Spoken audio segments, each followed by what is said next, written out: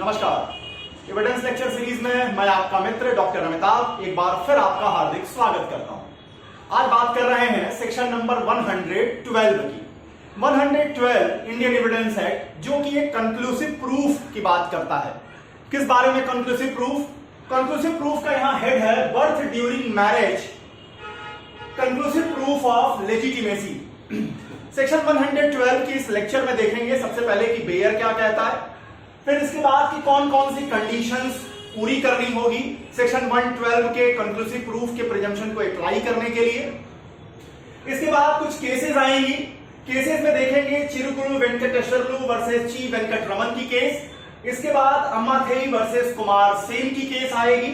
फिर गौतम कुंडू की केस आएगी वेस्ट बंगाल के साथ। ये केस सबसे लीडिंग केस मानी जाती है इस टॉपिक के ऊपर। यहां ब्लड टेस्ट को लेकर के सुप्रीम कोर्ट ने चीजों को डिस्कस किया और साथ ही में 112 में एसएस और नॉन एसएस जो वर्ड यूज किए गए हैं इसकी मीनिंग क्या है इसको एक्सप्लेन किया। चौथी केस आएगी कंचन बेदी वर्सेस गुरप्रीत सिंह के साथ। यह मुकदमा भी इंपॉर्टेंट है, डीएनए टेस्टिंग को लेकर के यहां बात की थी सुप्रीम कोर्ट ने कि जब आप किसी फादर के डीएनए टेस्टिंग की ओर जाना चाहते हैं तो आपको ऐसा कब करना चाहिए और कब आपको इससे बचना चाहिए। इसके बाद बात उठेगी कि क्या section 112 Indian evidence act Muslims पे भी लागू होती है। देखेंगे कि आखिर मुस्लिम्स पर्सनल लॉ में क्या व्यवस्था है और सिद्ध मोहम्मद वर्सेस मोहम्मद हमीद के केस में सुप्रीम कोर्ट ने क्या कहा। इसके बाद आएंगे हिंदू मैरिज एक्ट के सेक्शन नंबर 16 को लेकर के। Hindu marriage act section 16 supplement करेगा सेक्शन 112 को। सेक्शन 16 क्या कहता है? सेक्शन 16 दिखाता है कि जब मैरिज वॉइड होगी, हिंदू मैरिज एक्ट में जब मैरिज वॉइड होगी, उस वॉइड मैरिज से भी अगर किसी बच्चे का जन्म हुआ है तो उस बच्चे को भी लेजिटिमेसी प्रोवाइड की जाएगी। लेकिन सब कुछ होने के बाद आज भी एक ऐसी सिचुएशन है, एक ऐसी सर्कमस्टांस है कि अगर उस कंडीशन के वायलेशन में आपकी हिंदू मैरिज वॉइड हो जाएगी और उस वॉइड मैरिज से अगर कोई बच्चा आएगा तो वो आज भी इललेजिटिमेट माना जाएगा।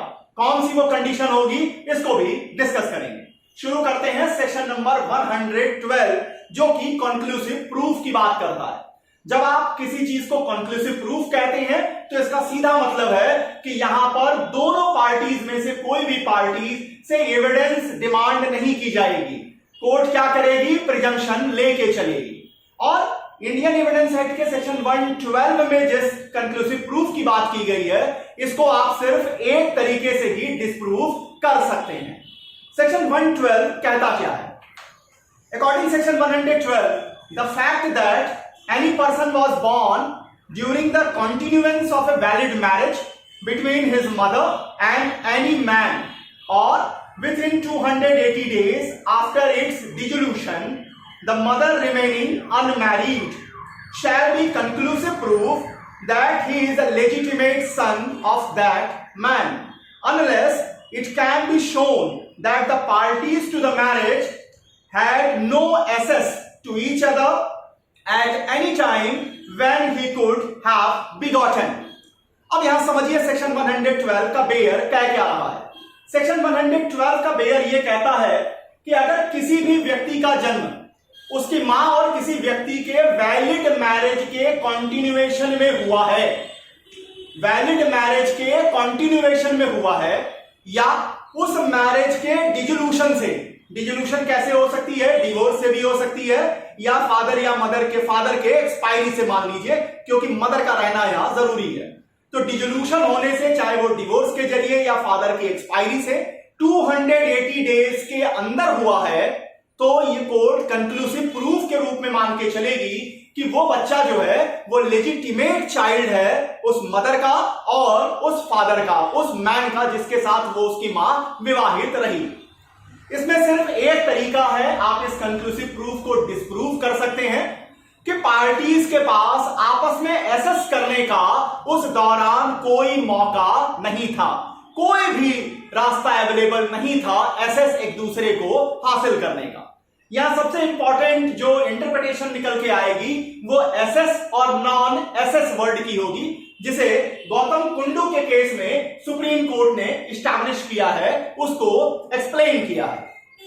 अब देखते हैं कि आखिर इसके एसेंशियल्स या कंडीशंस क्या हैं जिनको पूरा करना पड़ेगा सेक्शन 112 के कंक्लूसिव प्रूफ को लेने के लिए। सबसे पहले किसी भी बच्चे का जन्म उसकी मां और किसी व्यक्ति के, किसी पुरुष के वैलिड मैरिज के कॉन्टिन्यूएंस में होना चाहिए या डिजोल्यूशन से, उस मैरिज के डिजोल्यूशन से 280 डेज के अंदर होना चाहिए। नंबर सेकंड, अगर डिजोल्यूशन ऑफ मैरिज के बाद की बात की जा रही है, 280 डेज के अंदर पैदा होने की बात की जा रही है, तो वहां यह भी फैक्ट दिखाना पड़ेगा कि वो मां अभी तक अनमैरिड रही। और नंबर थर्ड कि अगर आप ये दो शर्तें पूरी कर देते हैं तो कंक्लूसिव प्रूफ मान लिया जाएगा कि वो बच्चा उस व्यक्ति का जिसके साथ उसकी मां विवाहित रही या डिजोल्यूशन के पहले विवाहित रही, उसका वो लेजिटिमेट चाइल्ड है। इसका वो सिर्फ एक रास्ता है डिस्प्रूव करने का कि आप ऐसे फैक्ट्स एंड सर्कमस्टांसेस दिखाइए, ऐसे एविडेंसेस ले आइए जो प्रीपॉन्डरेंस ऑफ एविडेंस को दिखाएं, केवल प्रोबेबिलिटी ना दिखाएं कि पार्टीज के बीच में एसेस करने का कोई भी चांस अवेलेबल नहीं था। अब आते हैं कि आखिर इस पर मुकदमा किस बात का आता है। अगर मान लीजिए एक्स और वाई आपस में पति पत्नी के रूप में हैं और वो विवाहित हैं, उनकी लीगली वो मैरिड है एक दूसरे से, वहां अगर बच्चे आ रहे हैं तो इसमें लेजिटिमेसी का क्वेश्चन कहां खड़ा होता है। देखिए सेक्शन 112 के क्वेश्चन सबसे ज्यादा वहां खड़े होते हैं जहां पर एक पिता एक से ज्यादा मैरिजेस परफॉर्म करता है, और जब एक से ज्यादा मैरिजेस परफॉर्म किए जाते हैं और पहले वाली वाइफ को डिवोर्स नहीं किया जाता, वो भी मैरिज सरवाइव रहती है। इसके बाद प्रॉपर्टी के झगड़े आते हैं। जब प्रॉपर्टी के झगड़े आते हैं तब जाकर के कहीं लेजिटिमेसी को चैलेंज करते हैं, तभी लोग लेजिटिमेसी का क्वेश्चन खड़ा करते हैं। तो यहां जो केसेस आएंगी उसमें भी आपको ऐसे ही फैक्ट देखने को मिलेंगे। पहली केस आती है चिरुपुरी वेंकटेश्वरलू वर्सेस चिरुपुरी वेंकट रमन की। इस केस में क्या हुआ था, एक पिता, एक हस्बैंड और एक वाइफ की मैरिज थी। ये मैरिज के दौरान, ये मैरिज अभी ब्रेक नहीं होती है, तब तक वो व्यक्ति दूसरी मैरिज कर लेता है। अब पहली मैरिज से एक बच्चा पैदा होता है, एक लड़का पैदा होता है जो कि आगे चल के प्रॉपर्टी में अपना हिस्सा क्लेम करता है। यहां पति 3 तरीके का डॉक्यूमेंट पेश करता है कोर्ट के सामने। पहला डॉक्यूमेंट वो ये प्रोड्यूस करता है कि जब मैंने सेकंड मैरिज की तो मैंने फर्स्ट वाइफ को पूरी तरह से मेंटेनेंस दिया। नंबर सेकंड, वो एक और डॉक्यूमेंट लेके आता है जिसमें वो ये दिखाता है कि नेचुरल लव और अफेक्शन में उसने अपना मकान फर्स्ट वाइफ को गिफ्ट किया। नंबर थर्ड, वो तीसरा डॉक्यूमेंट लेके आता है जिसमें वो मेंटेनेंस के अमाउंट को रिबट करने के लिए कोर्ट में केस फाइल करता है। और अब कोर्ट से वो कहता है कि ये जो चाइल्ड पैदा हुआ है ये उसका लेजिटिमेट चाइल्ड नहीं है। यहां पर सुप्रीम कोर्ट ने इस केस में ये स्टैब्लिश किया कि आप ऐसे 5000 डॉक्यूमेंट ले आइए, इसका आपके फेवर में हम कोई भी इस्तेमाल नहीं करेंगे। आप सिर्फ हमें इतना बताइए कि क्या जो फर्स्ट वाइफ के साथ आपकी मैरिज कंटिन्यू है या वो अब डिसकंटिन्यू हो चुकी है। आंसर था कि वो मैरिज अभी भी सरवाइव हो रही थी। तो कोर्ट ने कहा कि अगर आपकी फर्स्ट वाइफ के साथ मैरिज कंटिन्यू है तो उस कंटिन्यूएंस में अगर बच्चा आता है तो वो आपका ही लेजिटिमेट चाइल्ड माना जाएगा। और यहां बच्चे का जो दावा था फैमिली सेटलमेंट का, प्रॉपर्टी के डिस्ट्रीब्यूशन कराने का, उसको कोर्ट ने वैलिडिफाई कहा। सेकंड केस आती है अम्माथेई वर्सेस कुमार सेन की। अम्माथेई वर्सेस कुमार सेन के भी फैक्ट लगभग एक जैसे हैं। यहां पर भी एक व्यक्ति 2 शादियां करता है, पहली पत्नी से बच्चा आता है, दूसरी पत्नी के भी बच्चे रहते हैं। इसके बाद वो व्यक्ति एक्सपायर कर जाता है। एक्सपायर होने के बाद पहली पत्नी का जो बेटा रहता है उसने प्रॉपर्टी में अपना हिस्सा क्लेम किया। सेकंड जो वाइफ रहती है, जो उसकी स्टेप मदर रहती है, वो कहती है कि ये लेजिटिमेट चाइल्ड नहीं है। फिर यहां पर कोर्ट ने एस्टैब्लिश किया कि अगर पहली मैरिज कंटिन्यू हो रही है, अभी वो कंटिन्यू है, और अगर वो कंटिन्यू नहीं है तो 280 दिन के अंदर अगर वो बच्चा पैदा हुआ है तो वो उस व्यक्ति का लेजिटिमेट चाइल्ड माना जाएगा और उसे भी प्रॉपर्टी में हिस्सा मिलेगा। यहां पर किसी तरीके से आप कोई डॉक्यूमेंट प्रोड्यूस करके इस कंक्लूसिव प्रूफ को डिस्प्रूव नहीं कर सकते। अगर डिस्प्रूव करना चाहते हैं तो आपको इस तरह के एविडेंस दिखाने होंगे, प्रीपॉन्डरेंस ऑफ एविडेंस से एस्टैब्लिश करना पड़ेगा कि पार्टीज के बीच में एसएस का कोई मौका अवेलेबल नहीं था। इसके बाद इस टॉपिक पर सबसे इंपॉर्टेंट केस आती है गौतम कुंडू की, Gautam Kundu versus state of West Bengal. अब Gautam Kundu versus state of West Bengal की केस में ब्लड टेस्ट को लेकर के बात उठी थी कि क्या किसी बच्चे की लेजिटिमेसी को एस्टैब्लिश करने के लिए हम फादर के ब्लड टेस्ट को करने के लिए कोर्ट बाउंड कर सकती है। सुप्रीम कोर्ट ने कहा कि सेक्शन 112 का ऑब्जेक्ट पढ़िए। सेक्शन 112 का ऑब्जेक्ट है किसी भी बच्चे को बास्टर्ड होने से रोकना। यह बच्चे के वेलफेयर में बनाया गया लॉ है। तो अगर बाकी सर्कमस्टेंशियल एविडेंसेस से अगर बच्चे के वैलिड होने का, उसके लेजिटिमेट होने के एविडेंसेस नहीं मिल रहे हैं और वहां पर अगर फादर के ब्लड टेस्ट करने से ये इसके एविडेंस मिल सकते हैं तो कोर्ट को इस ओर जाना चाहिए, लेकिन इसे रूल के रूप में न बनाया जाए, ऐसा एक्सेप्शनल सिचुएशंस में किया जाना चाहिए। यहां सुप्रीम कोर्ट ने यह कहा, यहां पर सुप्रीम कोर्ट ने एक लीगल मैक्सिम की ओर इशारा किया। लीगल मैक्सिम है पेटर एस्ट क्वाम नुक्टेई डिमॉन्स्ट्रेंट। इसका मीनिंग है he is the father to whom the marriage indicates. यहां सुप्रीम कोर्ट ने कहा कि मैरिज जिसकी ओर इशारा कर रही है, जिसको फादर के रूप में इंडिकेट कर रही है, वो व्यक्ति लेजिटिमेट चाइल्ड उस व्यक्ति का वो बच्चा माना जाएगा। अब यहां पर सुप्रीम कोर्ट के सामने प्रश्न उठा था एसएस और नॉन एसएस को इंटरप्रेट करने का। सुप्रीम कोर्ट ने कहा access and non access means the existence और non existence of opportunities for sexual intercourse. It does not means actual cohabitation and it must be entertained during the whole span when a child would be begotten. अब यहां समझिए क्या कहा supreme court ने। Supreme court ने कहा इस conclusive proof को आप डिस्प्रूव कर सकते हैं। इसका केवल एक तरीका है कि आप पार्टीज के बीच में नॉन एसएस को एस्टैब्लिश कीजिए। अब एसएस और नॉन एसएस का क्या मतलब? सुप्रीम कोर्ट ने कहा कि क्या ऐसी अपॉर्चुनिटीज थी दोनों पार्टीज के बीच में सेक्सुअल रिलेशन एस्टैब्लिश करने का? अगर अपॉर्चुनिटीज थी ऐसी तो हम ये मान के चलेंगे कि एसएस था, और अगर बिल्कुल ऐसी अपॉर्चुनिटीज नहीं थी तो हम मान के चलेंगे कि नॉन एसएस था। लेकिन यहां पर केवल प्रोबेबिलिटी की बात नहीं की जानी चाहिए, आपके जो एविडेंसेस होने चाहिए वो इतने क्वालिटी के हों, इतना वेट लेकर के हों कि हम ये एस्टैब्लिश कर सकें कि पार्टीज के बीच में बिल्कुल नॉन एसएस था। और इसके बाद केस आती है कंचन बेदी वर्सेस गुरप्रीत सिंह की। यहां भी सेम क्वेश्चन खड़े होते हैं, यहां डीएनए टेस्ट की बात आती है फादर के। यहां फिर सुप्रीम कोर्ट ने एस्टैब्लिश किया कि ये चाइल्ड वेलफेयर लेजिस्लेशन है, ये सेक्शन जो है वो चाइल्ड के वेलफेयर में है, इसलिए अगर किसी बच्चे को लेजिटिमेसी प्रोवाइड करने के लिए फादर के डीएनए टेस्ट कराना पड़ता है तो कोर्ट को उसे आदेश करना होगा। लेकिन ऐसा वो नियम की तरह न बनाए, इसे सामान्य तरीके से नियम के रूप में लागू ना करें।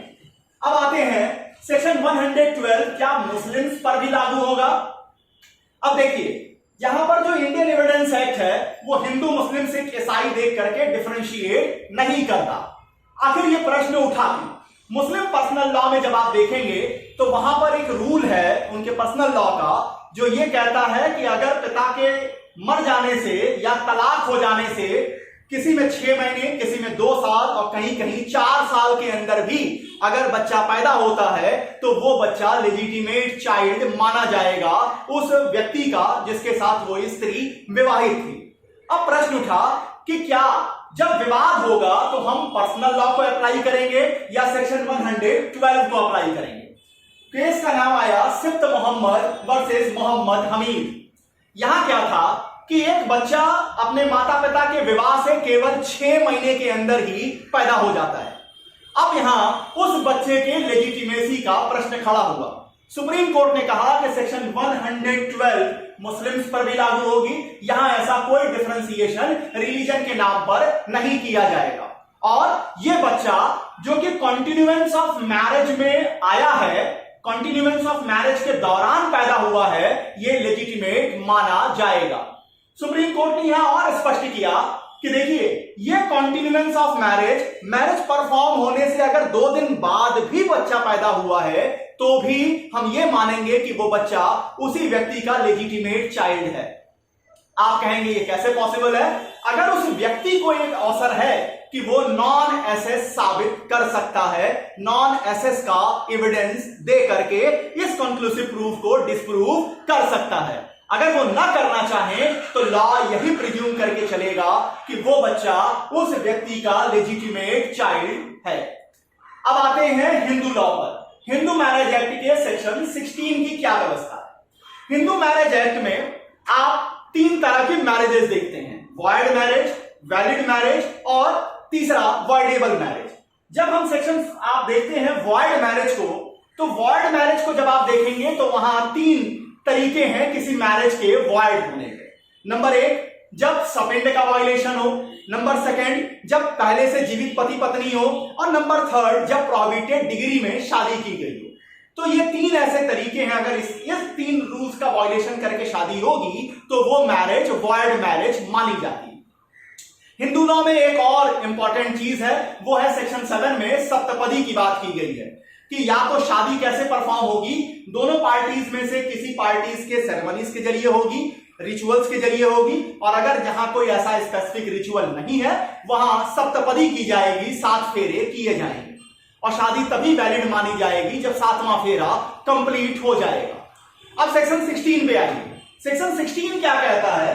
सेक्शन 16 कहता है कि अगर कोई बच्चा हिंदू मैरिज एक्ट के किसी वॉइड मैरिज जो बिल्कुल बातिल मैरिज है, बिल्कुल वॉइड है, उसका कोई अस्तित्व नहीं है, उसके दौरान भी पैदा हो जाता है, उसके दौरान भी अगर गर्भ में आ जाता है तो वो बच्चा भी वैलिड माना जाएगा, लेजिटिमेट माना जाएगा। उसे हम बास्टर्ड की कैटेगरी में नहीं रखेंगे।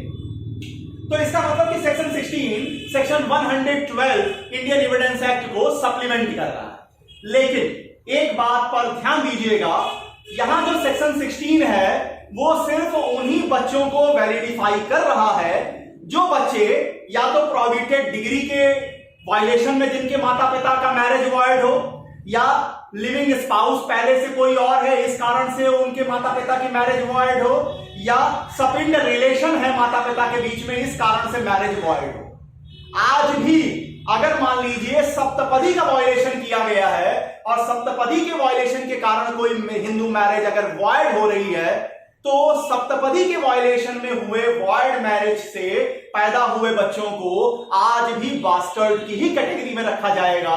उन्हें ना तो सेक्शन 16 मदद करेगी लेजिटिमेसी प्रोवाइड करने में, ना ही सेक्शन 112। आप कहेंगे कि क्यों 112 यहां अप्लाई नहीं करेगा? 112 केवल उन्हीं केसेस में अप्लाई करता है जहां उस महिला के, जो बच्चे जिसकी बात हो रही है, उसके मदर और उस अगले व्यक्ति के बीच में वैलिड मैरिज हो। बिल्कुल वैलिड लीगल मैरिज जहां पर होगी वहीं पर सेक्शन 112 अप्लाई करेगा इंडियन एविडेंस एक्ट का। जहां मैरिज वॉइड होगी, अगर पार्टीज हिंदू हैं तो वहां पर लेजिटिमेसी मिलेगी section number 16 Hindu marriage act में।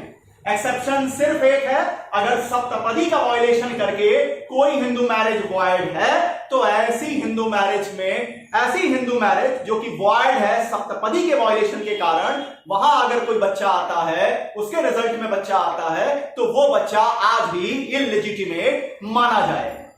इतनी बातें रही इस लेजिटिमेसी के कंक्लूसिव प्रूफ के ऊपर। एविडेंस लेक्चर सीरीज में अगला लेक्चर आपके सामने लेके आएंगे जो कि मे प्रिज्यूम की भी बात करेगा और शैल प्रिज्यूम की भी बात करेगा।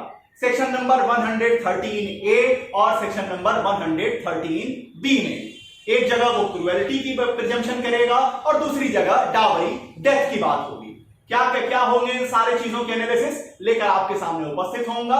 तब तक के लिए बहुत बहुत धन्यवाद। नमस्कार।